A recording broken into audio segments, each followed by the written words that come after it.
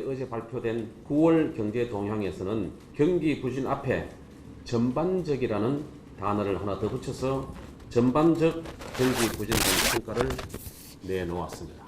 KDI가 이 정도 부정적인 단어로 우리 경제를 평가한 것은 10년 전 글로벌 금융 위기 때 이후 처음 있는 일입니다.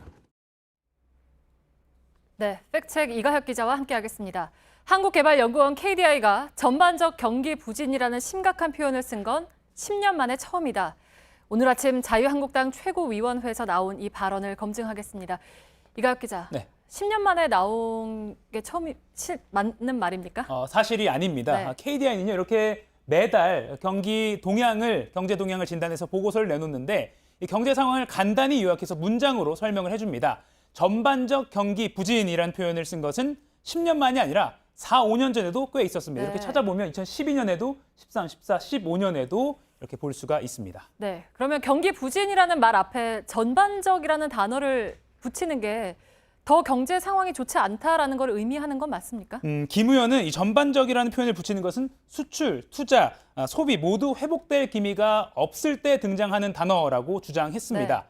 하지만 KDI 설명은 달랐습니다. 이 전반적이라는 표현에 그렇게 큰 의미를 담은 게 아니라는 겁니다. 이 보고서를 낸 연구원의 이야기를 직접 들어보시죠.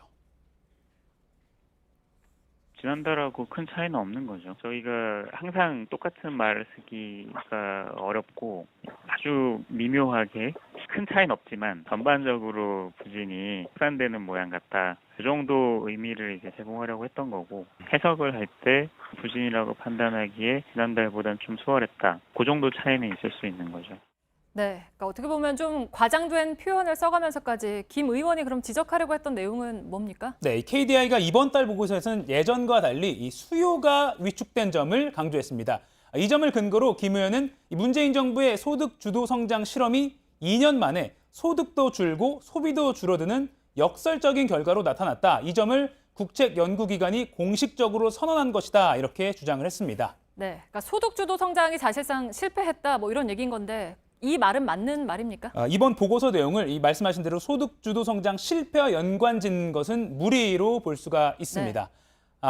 KDI는 최근 수요가 위축된 것은 여러 요인 중에서도 날씨 요인이 크다고 밝혔습니다. 올 7월에 가전제품 판매액이 작년 7월에 비해서 18.2% 줄어들었는데 특히 이 에어컨이 작년 대비 절반 넘게 덜 팔린 게 컸습니다.